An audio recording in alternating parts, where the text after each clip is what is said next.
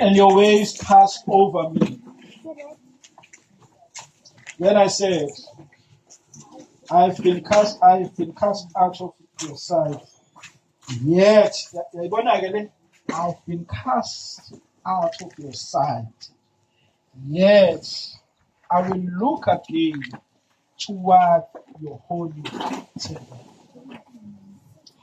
Siyibambe ngesithuba. Asiyibambe ngesithuba. Ibe verse 5. Kulesizulu. Kumele sizulu kuthoko. UJona wakhuleka kuJehova uNkulunkulu wakhe esezipilini zenhlalo. Wathi, ekuhluphekeni kwami ngakhala kuJehova, wangiphendula. Ngisesiswini sendawo yabafileyo ngamemeza, wezwa izwi lami. Wangiphonsa ekujuleni enhliziyweni yolwandle. Umfula wangihaqa, onke amadlambi akho namaza akho adlula phezu kwami. Ngathi mina, ngixoshiwe emehlweni akho, nokho ngiyakubuye, ngibheke ithempeli lakho elingcwele. Amanzi angihaqa kwaze kwaba sekuphileni kwami. Uhlwa lwangikaka, umhlanga wathandela ekhanda lami. Hallelujah, sibali. Okumnandi ukhonza la ekhaya. Nje ukuthi sibali, umkhwekazi, malume, nabona auntie, kumnandi siyimbini. We are family. Kumnandi. Kule nkulumo yami engiqale ngayo, sobeke isibili ke manje. Ukuthi sengiphumile otalatiyeni, kodwa enhlizweni yami akukho ukubona kwenzeka ukulungiswa kwabanye abantu. Futhi ihloko ezimbili esihlokweni esisodwa. Ukungalaleli kwami kulimaza abaningi. Siqala leso. Ukuthi ubaba uNdlovu mabekhotha imithetho lapha bese section 67 2B Roman figure 3 basho kanjalo. Futhi nehloko sami ngisihambisa kanjalo. Usiyobamba ke nofundile. Ngoba nje isihloko esisodwa kodwa ihlukanisa kabili ukuze sibe nomqondo wodwa ukuthi inhliziyo yomuntu isho uNkulunkulu esemsizile ekoneni kwakhe kokungalaleli. Walimaza abanye abantu abangahlangene nokungalaleli kwakhe. Kodwa futhi lowo muntu enhlizweni yakhe akaneliseki uma ezwe into ewukuthi uNkulunkulu uyobhubhisa. Yabona umuntu lona ku-chapter 1 otsheliwe ukuthi shona le yena wagibela umkhumbi wrong uzwile. Ukuthi wena ngifuna usuke ngizwe kahle. Akukho ukuthi nje khona umoya khona emphakathini ngizwe kahle ukuthi ngiyathunywa. Nkosi. Kodwa ngithi ngithunywa kunodonga olukhona kimi olungasukile ukuthi la ngithunywa khona ngithunywa kubantu abangenazi inhliziyo zokuphenduka. Ngiyabazi ngibazela kimi kunezihlobo zami ezathunjwa basenza kabi abantu engithunywa kubona. Udonga lokuqala umuntu othunywayo othi basenza kabi. Kodwa futhi uzwile ukuthi yena kuthiwa akaye khona uzwile uNkulunkulu omdalile futhi omthumayo. Kodwa futhi yena usehamba ngaphezulu kwaNkulunkulu ke manje usethi ngiyeza ukuthi ngithunyiwe kodwa la ekuthiwa ngiye khona basenza kabi. Ayithe bona uzwile uNkulunkulu futhi wavuma walungisa wa-right. Kodwa la kuthiwa iyakhona kufike lokhu kuqala ukuthi basenza kabi. Yeah. Futhi uNkulunkulu simcelani into yokuqala ukuthi asilungise ukuba basenza kabi. Sicela ukuthi uNkulunkulu asilungise lapho ukuthi basenza kabi and ukuba ke siresponde kwilento asibizela yona.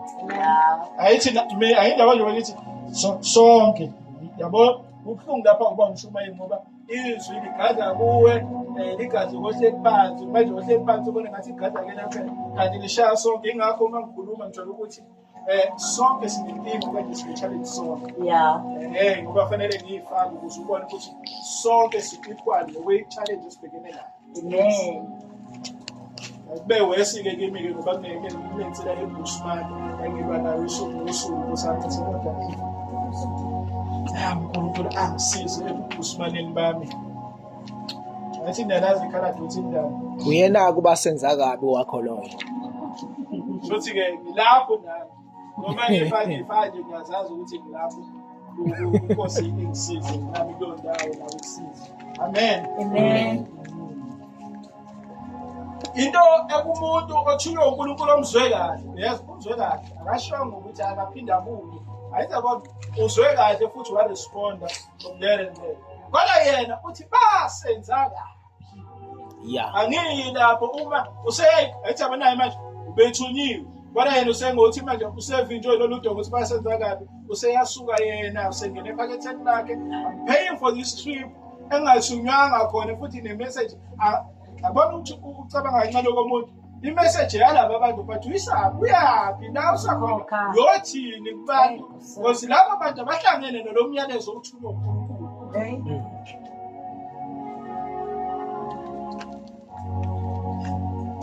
Yagibela nabo izwake indleko-ke zalabantu agibela nabo hayi uyaqala manje kuba nesivunguvungu uyazi ukuthi nje kwakhona nje ukubalansa kufanele ngabe ngikho. Ayitaba lo muntu uyazi. Okusho ukuthi akanalo iqiniso kubantu agibele kanye. Bathi abosu uqalile abakhosi abantu. Uphazamisa ukuthula kwabantu ukungalaleli kwabo. Yes. Lolu lento ukuthi nje basenza kahle.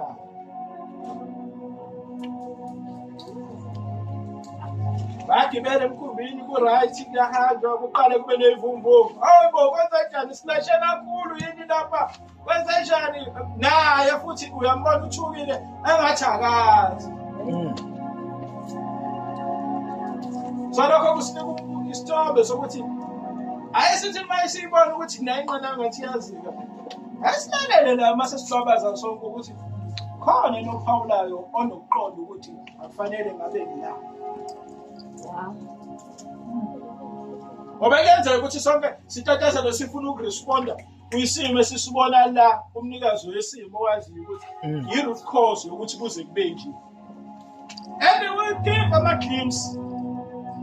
Yasinikeza ama-hints kuyikho ukuthi sonke sisuke sifocuse kuleyo nkinga esibhekene nayo. Abantu balahlekelwa izinto zabo kuphungula umthwalo emkhunjini kuthiwa ngeke silayishe kakhulu. Nkosi yami naye futhi omunye uyakhipha siyakhipha. Ingoma yamakhola masidonse kanye siyasikhombisa. Sonke sikhathazekile kodwa iqiniso mina ozwile. Ngiyalazi. Basenza kabi.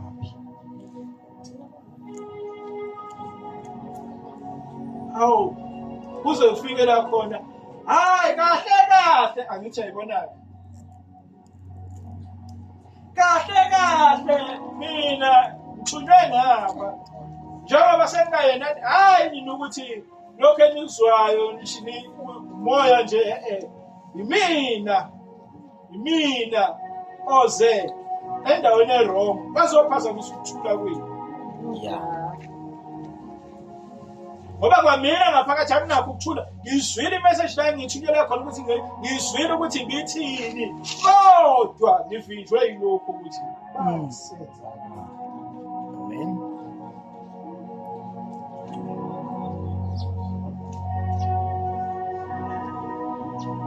Seyiphosiwe impahla zabantu eziyigugu kubona uyacabanga buka ngikhanda isithombe kutheke akukho eBhayibhelini yazo ngenzela ukuthi sibe practical siyibone into engichazayo. Uyabuka into esimple abantu baphethe ama-luggage abo oyedwa uphathele ingane yakhe oyedwa kade beka imali efuna ukuphatha izinto eziyigugu eyiphathele umndeni. Le ncwadi ngiyacabanga ukuthi ayisifikile ukuthi ngiyeza lokho enanicelile ngiyofika nakho nifike nizomhlangabeza la uskebhe siyopaka khona nifike nizongihlangabeza. Uyabona-ke manje ukuthi usukhoste abantu abangahlangene nabo ngoba bathi uma befika lapha befika bepaka abantu ba-expect-ile but uma esehla wehlule ngesizandla uwumuntu ongenalo iqiniso kubantu abebethembisile nabadiphendele kuyena. Lebhizinisi owayinebhizinisi owayephethe isitoke amakhastoma evivile ethi yenza ishipment awusizwile iyasuka eShayina nkosi yami la sizwa khona ukuthi izinto seyishibhile silindile sonke sebene silindile kodwa ngenxa yomuntu oyedwa bonke laba bantu sebedumile.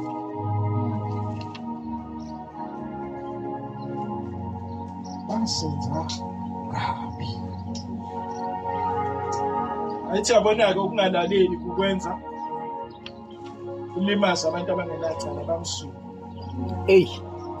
Ayithi yabona uma sesiyibuka kade siyabona ukuthi kulula uma siyishumela sithi uJona wathunywa wavane wakhetha ugibela umkhumba wrong yehla umkhumba wrong but asibuke umthelela. Bonke laba bantu basemkhunjini. Yabona manje nomunye onama-skills awukwazi ukuthi hayi mase wenza nje simisa kanje amaflegi ukuze ukwazi ukusustaineka. Yonke le nto ibingeke yenzeke ukube bengiye la engithunywe khona. Ayithi yabona sethi nje hayi bafethu khumu yimi lona baba yini hambani kahle. Kanti umonakalo usuke edlule empilweni zabantu. Jombiyane awu ngiphoseni lapha ngiphoseni ngene ngiyangena nge-deep sea angijezwa-ke angijezwa uma seqala esethandaza sesiswini senhlanzi ukuthi ekuhluphekeni kwami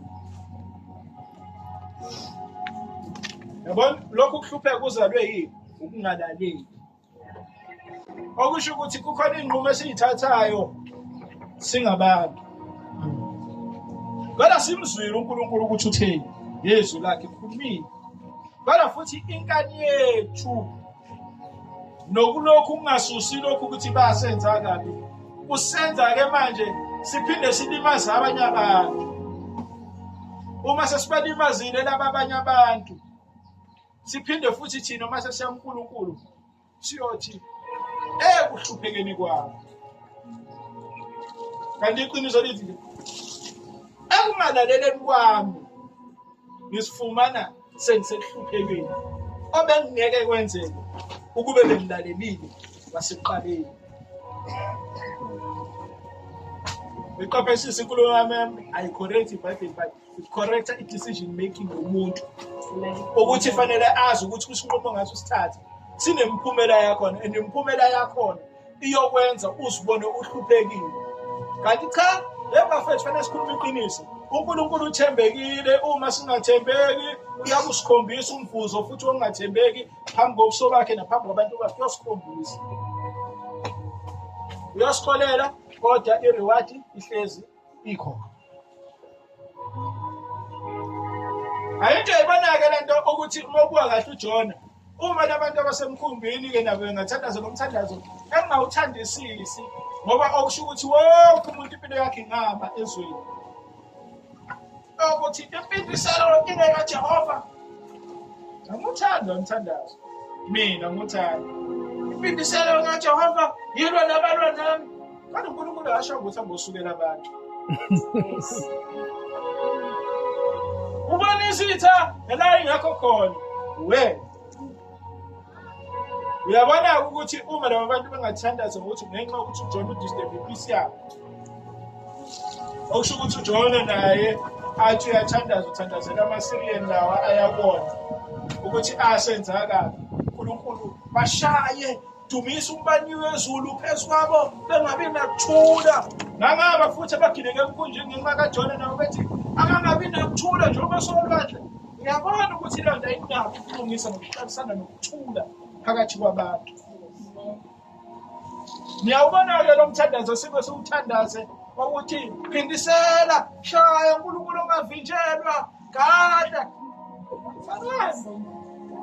back to the sender. Uqala i-conflict uphinde uthi back to the sender. Lokhu kodwa futhi back nabo bethandaza bethi back to the center. Ubani ongaphumelela empilweni?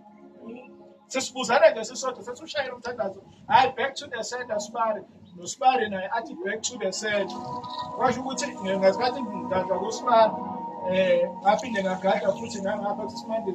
Simande saphinde futhi athi naye back to the center. Sebeyabuyo back to the center abawu2 bezamini. Yabona no Susamke uyakhumbula ukuthi ngathi ubabilo wathi ugada bese back to the center. Ayike sibona ke sihlangana sonke sigcwele back to the center umthandazo. Awulungisi umuntu ukucabanga kwakhe. Because salvation izelelwa kukusexpose kwizinto esizenzayo out of anger futhi sizenza singalaleli mase sizenzile bese sisikhosta bese ifika salvation ifika izosiguqula umqondo wethu singabi safana na izolo. Amen. Kanti uJona kalungisesekile bazalwane ngiyabona mu chapter 2 uyathandaza sonke siyafunga siyagomela sithi wazi waphenduka uJona ankosi yami uyayibona uyayisola ayiphelele indaba lapho. Esezwile ukuthi uNkulunkulu uyakuza ukukhala kwakhe wakhala esezibilini wakhala esejuleni ekakwe yimhlanga ithandele kuye engaboni ukuthi uyaphi that he managed to survive. Esebonile ubukhulu bukaNkulunkulu uyabona uNkulunkulu emhlanga in the bad decision that he has taken.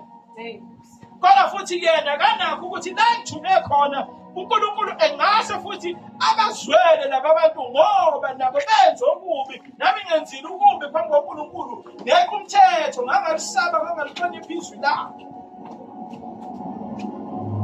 Ukuphenduka ukubona ku-self-centered it all revolves around him ukubona kuyena phela ufanele abe umuntu ozwelwayo uma uzokwazi chapter 2. Chapter 3 uyabona masiqhubeka yabo chapter 3 uyabona kuyafika endaweni yesigameko inhlanzi yamkhipha imthifele ngaphandle yafika endaweni yesigameko uma efika ezokhuluma uzodeliver imessage useyideliver imessage ke hayi ke uselindile ukuthi ziyawushaya. Ayithe kwaselinde impindi iselindile ukuthi uNkulunkulu ake usiyagadla justice for abafowethu abathuju.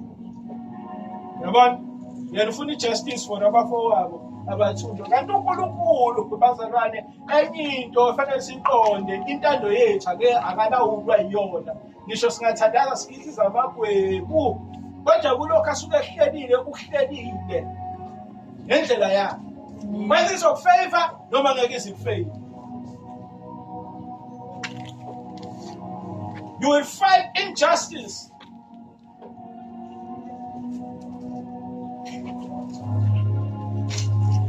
Awona nje omunye umuntu esingambuka ngenqumo zakhe ayithatha uDavid.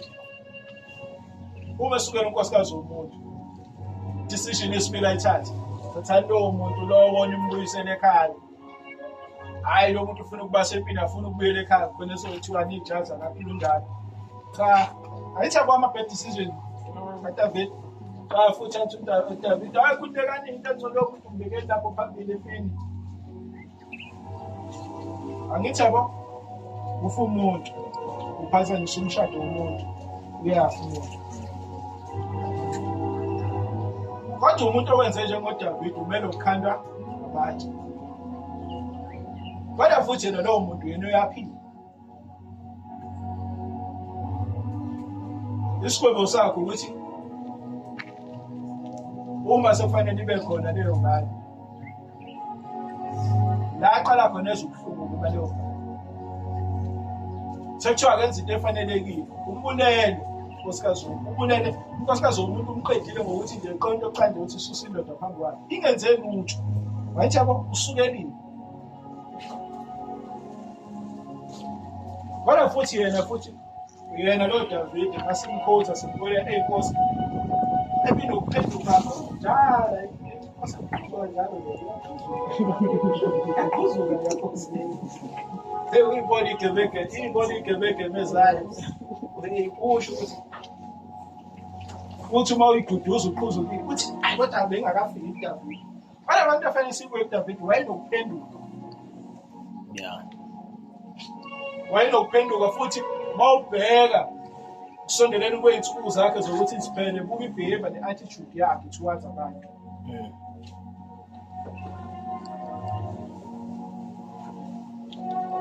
Ngiyaphi nale nkulumo, kule nto ukuthi kufanele ubone ukuthi injustice, uyabona ukuthi noma uDavide eyikhulumela kwincwadi yamaHubo 51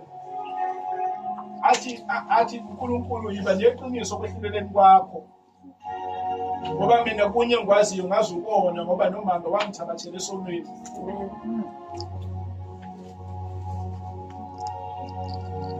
Okusho ukuthi-ke kuyo yonke into engiyaziyo nebukeka iyinhle emehlweni wami leyo nayo, kunokuthi ngazi ukulungisa. Uma ungehlulela ngeqiniso-ke wazi uNkulunkulu ukuthi mina okubi khona engikwazi kakhulu compared to into.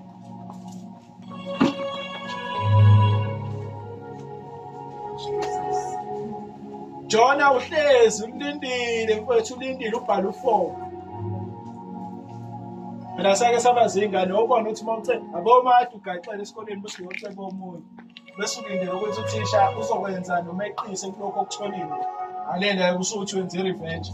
Usuhleli lapha uthena impimpini. Bafana beqhoke nothisha behleka. Kuthi Jini ingane. Uthi-ke uma usewumfana uthi akanawo correct.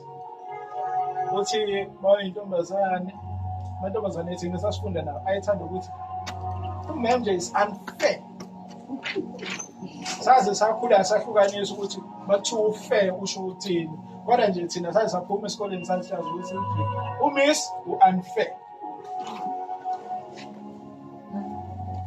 Kanjalo nomuntu kwinto engavuni yena uyibona i-unfair. Kodwa uma isivuna yena uyibona i-fair. Kodwa ma ungomunye umuntu umuzwa ethi awusengasangicaselwa isikhathi esingaka, kodwa yena uthi angakabikho ready ukukhuluma leyo. Yes. Kodwa yena futhi when it comes to ukuthi sakusebenza engaka hawu nawe iqanda yafihlile njalo.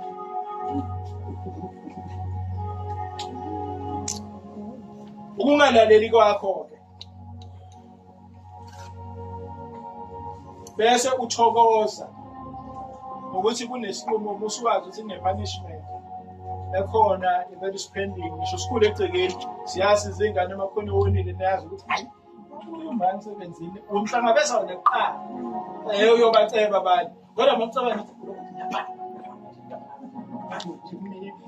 khona attitude obanayo siyocetshwa ufuna ukucetshwa wena. Kodwa uma ngingabani ngigijima phambili lokuthi ngisho jabula umuntu uzenza usuyandisho ekade zanzeka ungekho ma.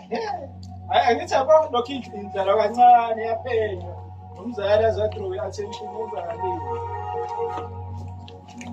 Ungcono-ke thina indlela esakhula ngayo, kodwa-ke yabalimazi abantu.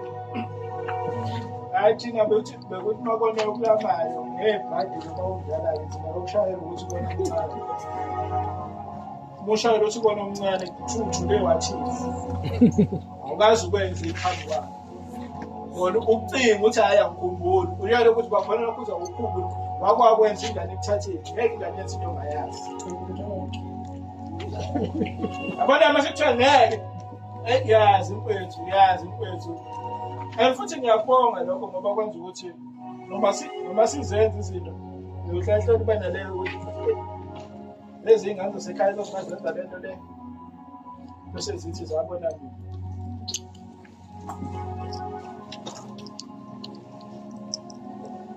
But inhliziyo kaJona ngiyayithanda chapter 2 mase ayidlalela yena, but angiyithandi masiya kwabanye abantu. Yeah. Masiya kwabanye abantu ufuna ukubona isiphetho.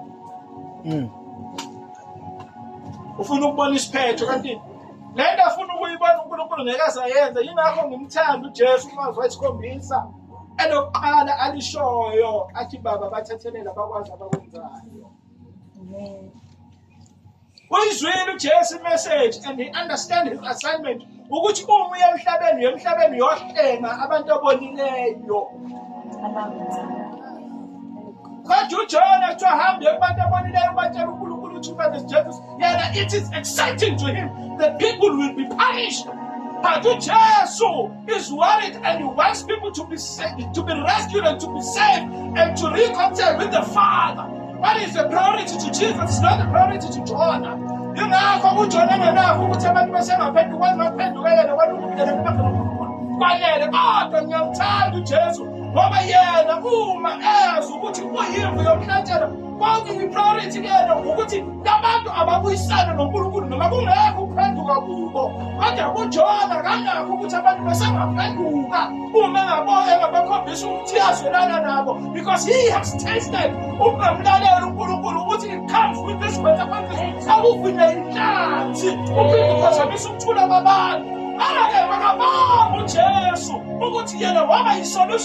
Are you worried and prioritizing saved and to be totally delivered from the slavery of sin?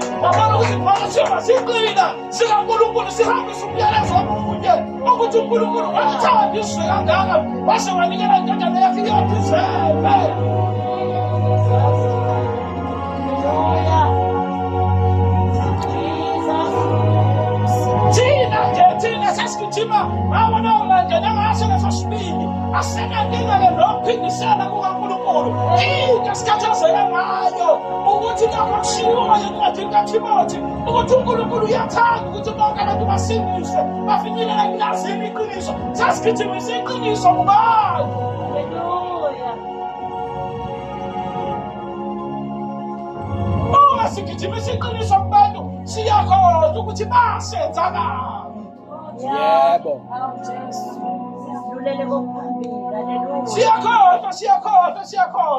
Kodwa ngisho ukuthi sengibambe konke, angithi ngibambe konke. Kodwa siyakhohlwa. Ngoba manje sesibiki phela kulolu hambo siyagijima, siyabuka sibikela emngomeni, masibuka lapha kunomkomelo silingile, sigijima nje siyafuzula. Ingoba siyazi ukuthi kukhanya abantu abathunywa umyalezo ukuba bazositshela ukuthi phendukani, ngoba umbuso wenkosi ususondele. Sathi sasihamba ngalawo mandla ukuthi once encountered with servants of God who delivered the message of salvation, nathi sidlulisa yona kulabo bantu abangakazali naye. Jesus.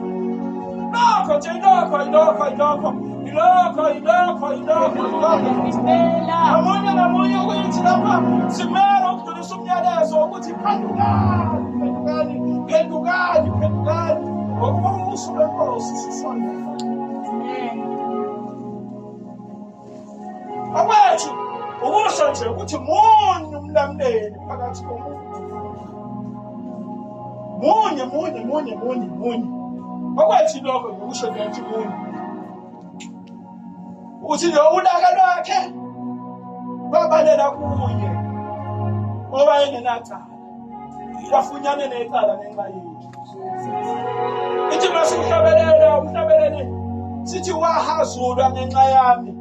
Sokuhlabelela suqonda ukuthi usilandephi wasibeka. Angisho ngokwe criteria yokuphumelela ngokwasezweni. Ngisho nge-criteria kaNkulunkulu ukuthi wasilanda engazwanini naye, wasifaka ekutheni simkhonze simthande.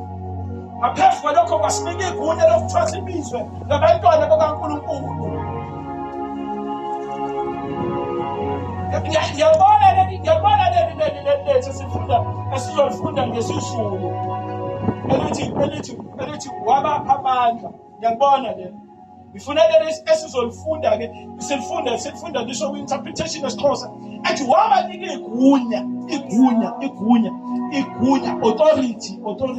Uyabona ngithwake manje ke usunikiwe abenzi lo bayazi umuntu anikeza i-proxy athi uyongithathela inqubo on my behalf noma yini siyokwenza mina konke. Kanjalo nathi sinikeza i-proxy yokuthi asabe siyokwenza abantu bebengabafundi bakaNkulunkulu, bebengabafundi bakaJesu kwethu. Ukhambisa indaba ezinhle ukuthi wafelwa, ukhona umuntu owabelwa ngenxa yakho.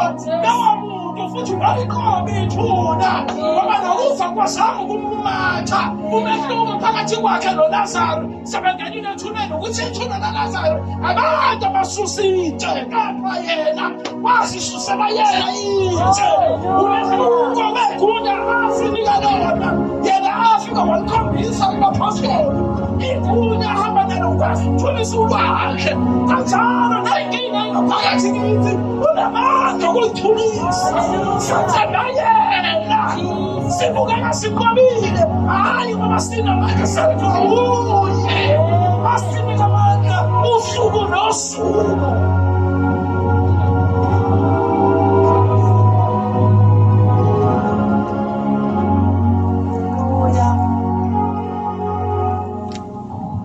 Njengoba singabukeka sibake yazi lokho kukhona isihumusho sesilungu engizokupha sona kodwa usiqalibalisise asisho ukuthi yona kodwa sikhuthaza wena masithi when I do good nobody remembers but when I do bad no one forgets. Akusho ukuthi ke ngalesi isihumusho sami engisiphosayo ukuthi mase uhambisa indaba ezinhle kubani ususindisile yazi ukuthi sizokudonsela kulokho kudala esibasikhona siyokusika ubuhle benziwa uNkulunkulu and we will test your character ukuthi uyama yini ukhabe yinto othi wayamkela nento futhi athi iyakusebenzela. You will not be discouraged by people because you understand amandla esalvation empilweni yakho. And if you stand firm, uyaqonda khona sure i-condition lapho incwadi basekolose bangaphosisi athi siyanineka ngazonke kodwa siphamandla uyabona lento uphinde uyibuka lapha encwadini ka-Isaya athi uNkulunkulu uzakhula isihlahla okanye imbewu yakhula phambi kwakhe endaweni that was not productive yakhula uNkulunkulu wayibuka wayinakekela. Masikhula in difficult times our faith is tested, and when our faith is tested there shall be rewards. Kufanele abantu be-enjoye izithelo zokubekezela ngokukhona kwethu because ukwenza kahle kwami kwenza lona maselele isalvation ayithande at a distance ebese usho ngesikhathi ukuthi nokuba salandela lingoba sasibona sibanibani thina sibazi ngalezi ayikhathi sebeshintshile uthalo-ke okukholweni sisasukuma semvala. Hallelujah. Semvala. Nkosi yami. Hayi Peter ukwayizama lento kaJona lekwayizama. Ukwayizama. Ukasuseka indlebe yomuntu lapha naye yabona lapha yasuseka kuhlungu indlebe yomuntu. Kodwa uJesu uyayithatha uyabuyisela. Hey sisi yami. Uyabona? Kuyenzeka lento lapha kuyenzeka lento. Kodwa sibuke kahle. Akasho ukuthi lo osusa indlebe lento ayishoyo. Right. But for peace sake. Kufanele mangithatha isinqumo. Ngisithathe ukuthi komunye abona ukukholwa. Ngesikhathi ubona ukukholwa kulowo okholwa ngifundisa ukubekezelela abantu. Yabona? Siyakhiwa siwumndeni with different characters and personalities. Siyakhiwa sakhiwa ngecharacter yodwa, a common denominator kithi sonke. OkunguKristu. Njengoba sakhela kuKristu. Kunoma yini kuthiwa sibukele kuyena. Kufanele sazi ukuthi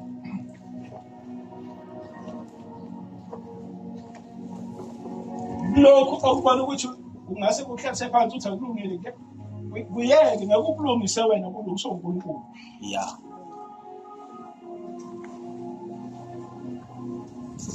Futhi ukhona lento ekhona le yokuyekela uku-impress. Inkinga ke le yabona kuyekela uku-impress. Inkinga because ayikho genuine. Yeah. Ayisilungisi isimo sakho okanye isimilo sakho completely. But ilungisa wena based on validation abantu ufuna uba impressed.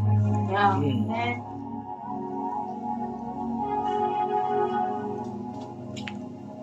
So uNkulunkulu ke bathandekayo sengivala. Yabona manje ngivala ngempela ke manje. Ngivala ngempela ngoba ngiyezwa manje ukuthi sekudingeka isession esibinkonzo ekhethana. Amen. Ngegama lika Jesu. Hallelujah. Amen. Hey, ngiyazwana naleyo session.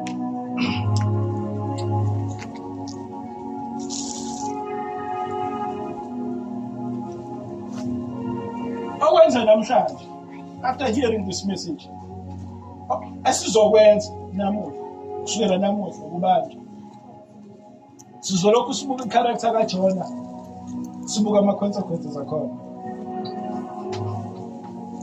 bese sibuka uJesu a-perfect example yomuntu efanele sifane naye kodwa sibuka uJona kwizinto esingayigwema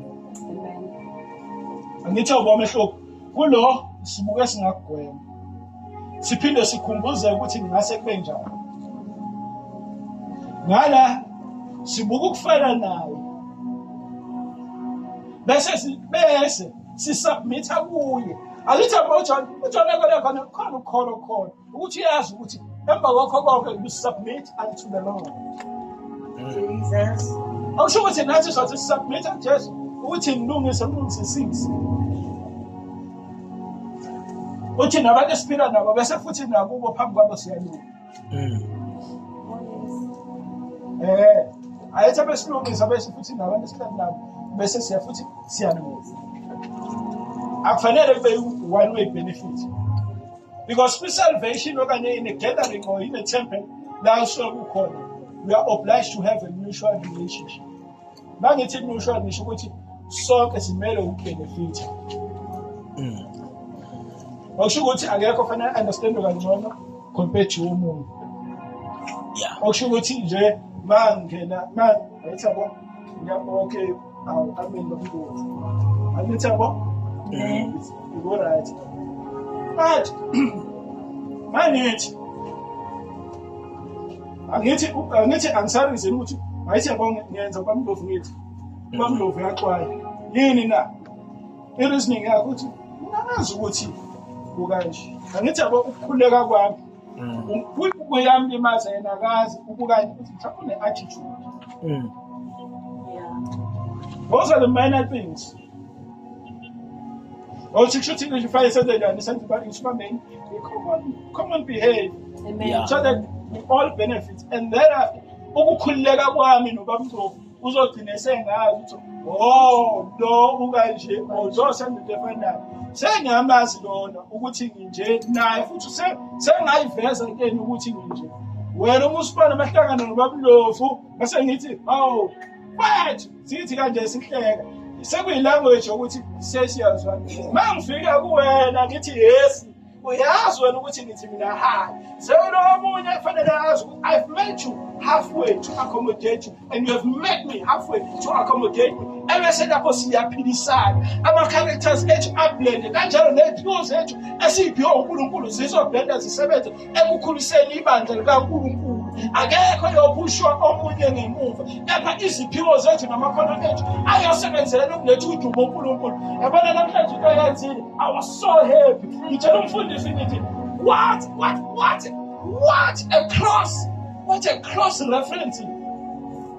a cross referencing usuka kuGenesis ye ukuthi awuthetha akusiyona incwadi igijingelwa yiwo wonke umuntu Amen. awusho ukuthi uma kufundiswa uyafunda bazalwane bayazi Amen. mina angisenalivalo uyabona nabazalwane futhi banginavalo bathiwa angiphumelelanga vele ngiphumelanga ngifika ngobasket endlini umfundisi naye uthi ungenile ma uhambile uthi hayi ubeyiphethe inkonzo sengiyazi mina ukuthi ngekashimsheki Amen. ukuthi ngisabane yena wena ngakaboni ehlisa umoya ngiyezwa nawe ngizokubona ngizokurekhoda hayi ukuthi ngirekhoda ngizoyipolisha into yakho yabo ngithi wabo I'm so happy siyabonga bezalwane manifakaza kuba inuduzo ngaphakathi ukuthi noma ingagoqa imihla yethu sothi basesizini akuyukukho ukuthi ibandla lasala lapha kepha sibona abayogijima athi umfundisi ekhona noma engekho izwi lenkosi limele ukuhlonishwa wafundiswa indoda yamaphambi kwethu yathi iBhayibheli lithi Yingakho nathi masitshela ukuthi siyokhuluma ngokuthi sibheke ivesi siphinde sibheke asisebenzise iTestament elidala kuphela, but we cross reference with New Testament ebese siyaconclude silethe message esound kubantu abayogijima ngayo. Ngiyithandile le ngoba iyafundisa, ifundisa ukuthi even should be a family oriented place, ukuthi omama badala bafundisa ingane iphatha kanjani imisi njengoba sikwi-mess enje. Sikwi-message. Because nalo ofanele ngabe uyafundisa akamfundisi wenza ngendlela abona ukuthi right ngayo. Because ubuka lapho ukuthi I did not enjoy my freedom, I think I jumped some stages. Iyasihlupha lento le. Yabona lesisidisa sesikhuluma ngayo siyasihlupha because we lose the gist of the gospel. Amen. Because we want to be understood and to stand firm in the will of God. Amen. Senza ngathi intando yethu inamandla, kanti uJesu himself uthi nasinga masidlule not by my will ngentando kaNkulunkulu. Jesus the Son of God, but it's not by my will, it should be my Father's will and the authority upon my life. Bese wena futhi ukuthi manje efanele ukuthi iwill yakhe ibe ne-authority ngaphezu kwezwi kaNkulunkulu, because you will rush to a statement esithi siyajudge. Ayikho leyo nto. Iqiniso liwumehlulelo omuhle. Amen. Hallelujah. Sibenzela leyo nto lesibizela ukuthi sibe seqinisweni. Uma sithanda ngeqiniso siyakusola nokukusola. Mawenzeka bese sikhuthaza sikwazi bese uyagijima. Because uma singakusolanga kwasekuqaleni uyohlupha. Uzothi uzoyinqobo ukuthi I understand ukufundisa. I understand ngoba ukuthi umuntu angaxosha into kaNkulunkulu. Sasinike lenkosini. Sasihlele nje ngoba kuthiwa sasijwayele ukuhlalisana nokuphela ngomthungo. Kunomehluko phakathi kwe-patience nokutolerate. Umehluko.